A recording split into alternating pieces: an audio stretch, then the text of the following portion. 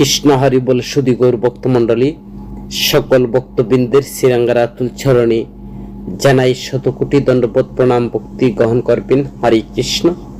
আজকে আমরা আস্বাদন করব শ্রীমদ্ ভগবদ গীতার নবম অধ্যায়ের মাহাত্ম্য কথা।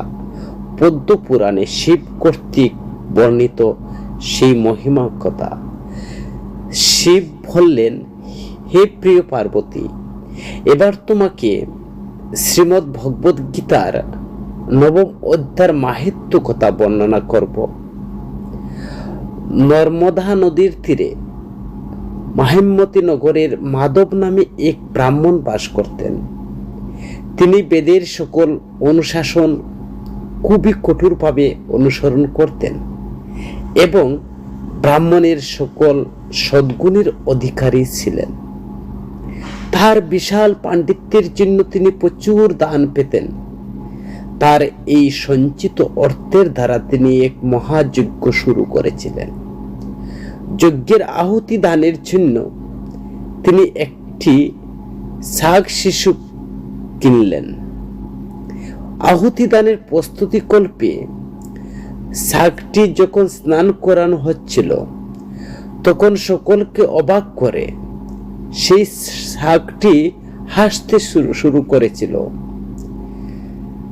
এবং উচ্চ কণ্ঠে ছাগটি বলল, হে ব্রাহ্মণ, যে যাগযজ্ঞ আমাদের জন্ম মৃত্যুর চক্র আবদ্ধ করে রাখে, আর সেই যজ্ঞ সম্পাদন করে কি লাভ? কত যাগযজ্ঞ করেছি, তবুও আমার অবস্থাটা দেখো। উপস্থিত জনতার প্রত্যেকেই ছাগ শিশুর কণ্ঠে এইরূপ কথা শুনে কৌতূহলী হলো এবং করজোড়ে ব্রাহ্মণটি জিজ্ঞাসা করলেন, কি করে তুমি ছাগ হয়ে জন্মালে?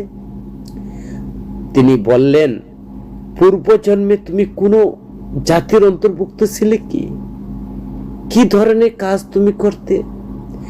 তখন ছাগটি উত্তর প্রদান করলো, বলল, হে ব্রাহ্মণ, পূর্বজন্মে আমি এক শুদ্ধ ব্রাহ্মণ পরিবারে জন্মগ্রহণ করেছিলাম এবং বেদের নির্দেশিত সমস্ত ধর্মীয় আচার অনুষ্ঠান অতি সতর্কতার সঙ্গে উদযাপন করতাম।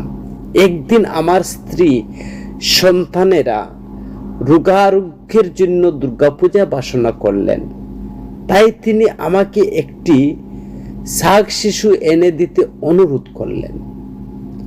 আর সেই মতে যখন আমরা দুর্গামায়ের মন্দিরে ছাগ বলি দিলাম, তখন ছাগটি আমাকে অভিশাপ দিয়ে বলল, হে পাপিষ্ঠ, নিকৃষ্টতম তুমি নর, তুই আমার সন্তানকে পিতৃহীন করতে চাচ্ছিস, এই জন্য তুই পরজন্মে ছাগ হয়ে জন্মাবি। হে ব্রাহ্মণ, হে মাধব, সেই কারণে আমার মৃত্যুর সময় আসন্ন হলে আমি এই ছাগ দেহ প্রাপ্ত হলাম। কিন্তু ভগবান গোবিন্দের কৃপায় আমি আমার পূর্বজন্মের কথাগুলো স্মরণ করতে পারি। আপনি যদি অন্য একটি মজার গল্প শুনতে চান, তবে আমি তা আপনাকে বলবো। একদা কুরুক্ষেত্র নামক স্থানে চন্দ্র শর্মা নামে সূর্যবংশী এক রাজা ছিলেন।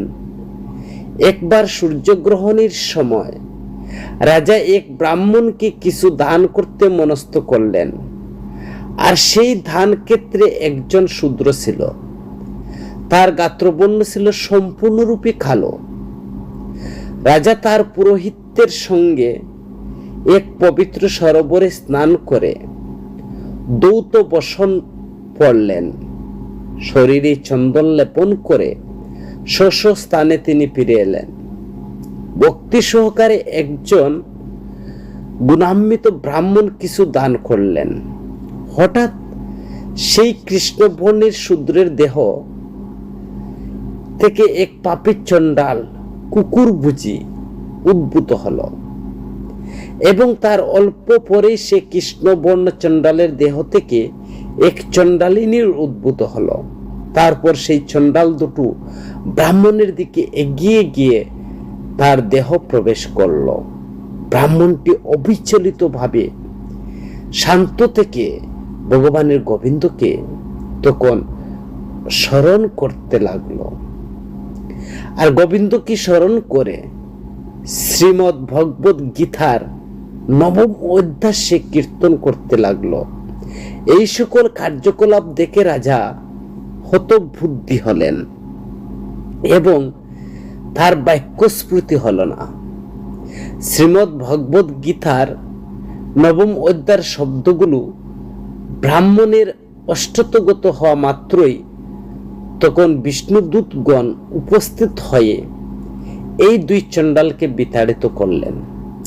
রাজা ব্রাহ্মণের কাছে জানতে চাইলেন, পণ্ডিত প্রবর, এই দুই ব্যক্তি কারা? আপনি কোন মন্ত্র জপ করেছিলেন? কোন বিগ্রহকেই বা স্মরণ করেছিলেন?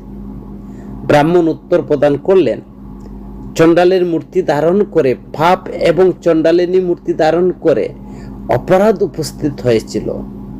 আর সেই সময় আমি শ্রীমদ্ ভগবত গীতার অধ্যায় জপ করতে শুরু করেছিলাম, কারণ এটি ভয়ঙ্কর অবস্থা থেকে কাউকে মুক্ত করতে সক্ষম। শ্রীমদ্ ভগবত গীতার নবম অধ্যায় পাঠ করে আমি সর্বদা ভগবান গোবিন্দের শ্রীচরণ কোমল স্মরণ করতে সমর্থ। এই কথা শুনে রাজা সেই ব্রাহ্মণের কাছে শ্রীমদ্ ভগবত গীতার নবম অধ্যায়ের জপ ক্রিয়া শিখলেন। ক্রমে তিনি ভগবানের গোবিন্দের শ্রীপাদপদ্ম লাভে সফল হলেন। তো সাগের কাছে এই সকল আলোচনা শুনে তৎক্ষণাৎ মাধব সাগটিকে মুক্ত করে দিয়ে প্রতিদিন শ্রীমদ্ ভগবত গীতার নবম অধ্যায় পাঠ শুরু করলেন এবং এইভাবে তিনি ভগবান গোবিন্দের শ্রীপাদপদ্ম লাভ করেছিলেন। তো দেবাদিদেব শিব বললেন, হে প্রিয় পার্বতী, নবম অধ্যায়ে যদি কেউ পাঠ করে বা শ্রবণ করে সে ভগবান গোবিন্দের পাদপদ্ম লাভ করে। এখন আমি তোমাকে বলছি দশম অধ্যায়ের মাহাত্ম্য শুনো। এই অধ্যায়টি চিন্ময় জগতের সোপান। কাশীপুরীতে আমার বাহন নন্দিনীর মতো প্রিয় ধীর বুদ্ধি নামে এক ব্রাহ্মণ ছিল, আর সে সর্বদা শান্তিপ্রিয় এবং সমস্ত ইন্দ্রিয় ভগবান শ্রীকৃষ্ণের মহিমার নিবন্ধ ছিল। আর সেখানে সে যেত, গভীর স্নেহে আমি তাকে অনুসরণ করতাম, যাতে আমি তাকে রক্ষা করতে পারি এবং তার সেবা করতে পারি। আমার কার্যকলাপ দেখে আমার নিত্য সেবক ভঙ্গিরিদ্ধি আমার কাছ থেকে জানতে চাইলেন, এই মহান ভক্ত কি ধরনের তপস্যা করেছিল, অন্যান্য ধর্মকর্ম সম্পাদন করেছে কি, যাতে আপনি স্বয়ং তার সেবা করছেন। তো ভঙ্গিরিদ্ধির প্রশ্ন শুনে আমি বললাম, এক সময় কৈলাস পর্বতের পুণ্যাজ্ঞ উদ্যানে চাঁদের আলোয় বসে আছি, এমন সময় জলহা গাছপালাকে সশব্দে নাড়িয়ে দিল। তো চারদিকে ছায়া ডেকা ফেললো, মনে হলো যেন একটা পর্বত নড়াচড়া করছে। আকাশের কালো মেঘের ন্যায় একটা বিশাল পাখি এসে হাজির হলো। তার ডানার চাপটানি গাছপালা নড়তে লাগলো। চতুর্দিকে দুলার ঘূর্ণিপাকের বৃষ্টি হলো বা সৃষ্টি হলো। তো পাখিটি ভূমিতে অবতরণ করে আমাকে শ্রদ্ধা জানালো, একটি সুন্দর পদ্মফুল আমাকে অর্পণ করলো। এরপর আমাকে বলল, হে সর্বাশ্রয়ী মহাদেব, আপনার জয় হোক। আপনার মহিমা অনন্ত, ইন্দ্রিয় সংযমী, সকল ভক্তদের আপনি রক্ষাকর্তা। পরমেশ্বর ভগবান কৃষ্ণের ভক্তদের মধ্যে আপনি হচ্ছেন সর্বশ্রেষ্ঠ। তো বৃহস্পতির ন্যায় মহাত্মারা সর্বদা আপনার মহিমা কীর্তন করেন, এমনকি সহস্র শীর্ষ অনন্ত শেষও আপনার মহিমা বর্ণনা করতে সক্ষম নয়। আপনার ন্যায় স্বল্প বুদ্ধির একটি পাখি তো কোন চার। পাখিটির স্তুতি শোনার পর আমি জানতে চাইলাম, কে তুমি, কোথা থেকে এসেছো? দেখতে তুমি একটা রাজহংসের মতো, কিন্তু তোমার গাত্রবর্ণ কাকের মতো। পাখিটি বলল, দয়া করে বুঝুন, আমি হলাম ব্রহ্মার বাহন হংস, যে কারণে আমার গাত্রবর্ণ কৃষ্ণবর্ণ। আপনাকে তা বলবো, শুনুন। সৌরাষ্ট্রের সুরাটের কাছে এক মনোরম সরোবর থেকে এই আশ্চর্য দিব্য পদ্মটি আনা হয়েছে। সেখানে আমি কিছুকাল বেশ আনন্দে ছিলাম, কিন্তু উঠতে উঠতে হঠাৎ করে আমি মাটিতে পড়ে যাই, আমার শরীরে কালো হয়ে যায়। তখন আমি মনে মনে চিন্তা করলাম, কি করে আমি পড়ে গেলাম, কিভাবে আমার কর্পূরের মতো দবদবে গায়ের রং কালো হয়ে গেল। এইসব কথা শুনে যখন ভাবছিলাম, তখন সরোবরের মাঝে পদ্মগুলো থেকে একটি কণ্ঠস্বর ভেসে এলো, হে হংসরাজ, উঠো, কেন তুমি পড়ে গেলে, কেন তোমার গায়ের রং কালো হয়ে গেল? আমি উঠে পড়লাম এবং সরোবরের কেন্দ্রস্থলে গেলাম। সেখানে 5টি অসাধারণ সুন্দর পদ্মফুল দেখতে পেলাম। সেগুলোর ভিতর থেকে একজন সুন্দরী মহিলা বেরিয়ে এলেন। তাকে প্রদক্ষিণ করে আমি পতনের কারণ জিজ্ঞাসা করলাম। সে বলল, হে কৃষ্ণহংস, তুমি ওড়ার সময় আমাকে অতিক্রম করে ফেলেছিলে, আর সেই পাপে তোমার পতন হয়েছে, তোমার দেহ কালো হয়েছে। তোমাকে পড়তে দেখে আমার খুব দুঃখ হলো, সেই জন্য তোমাকে এখানে ডেকেছি। আমি মুখ খোলার সুগন্ধ নির্গত হয়ে 7000 কালো মৌমাছির পবিত্র করে দিল, তৎক্ষণাৎ স্বর্গরাজ্যে প্রবেশ করলো। হে প্রিয় পক্ষীরাজ, যে কারণে আমি এই শক্তির অধিকারী, তোমাকে তা বলবো। এই জন্মের 3 জন্ম আগে আমার এক ব্রাহ্মণ পরিবারে জন্ম হয়েছিল। আমার নাম ছিল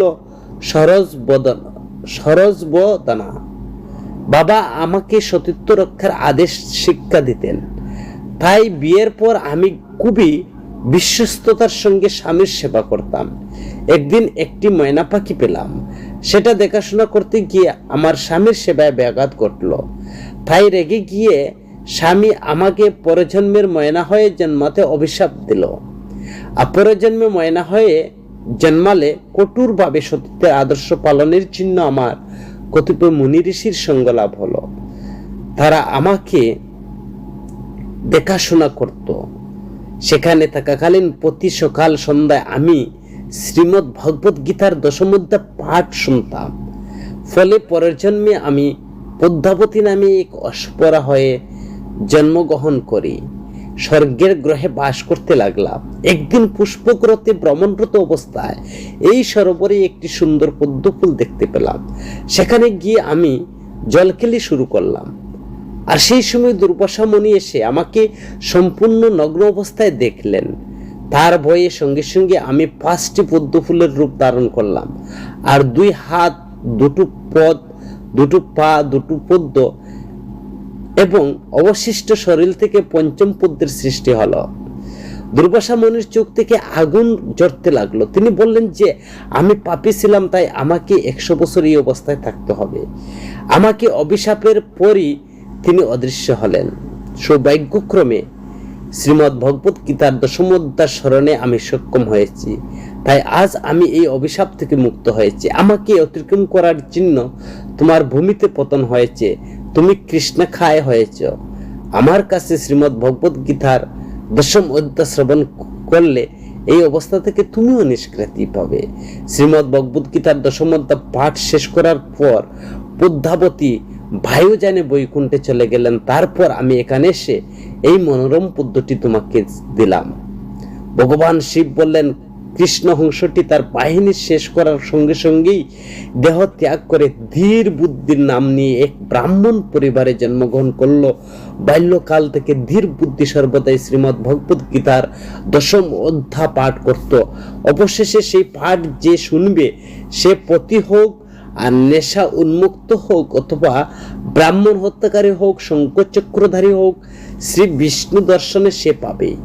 সেই কারণে প্রিয় ভুঙ্গরিদ্ধি আমি সর্বদা ধীর বুদ্ধি সেবা করছি। প্রিয় পার্বতী, পুরুষ হোক বা নারী হোক, সন্ন্যাসী বা গৃহস্থী হোক, যে অবস্থায় হোক না কেন, শ্রীমদ্ ভগবত 10ম অধ্যায় পাঠ করলে বিষ্ণু দর্শন হয়। হরে কৃষ্ণ।